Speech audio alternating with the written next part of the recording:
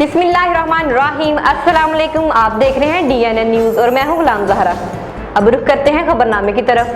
खबर शामिल करते हैं साहिवाल से। साहिवाल प्रेस क्लब रजिस्टर्ड के सालाना इलेक्शन साल 2024 में मुसलसल तीसरी बार बिला मुकाबला सदर मुंतखब होने पर राना जावेद निसार और उनकी पूरी टीम को मुबारकबाद पेश करते हैं।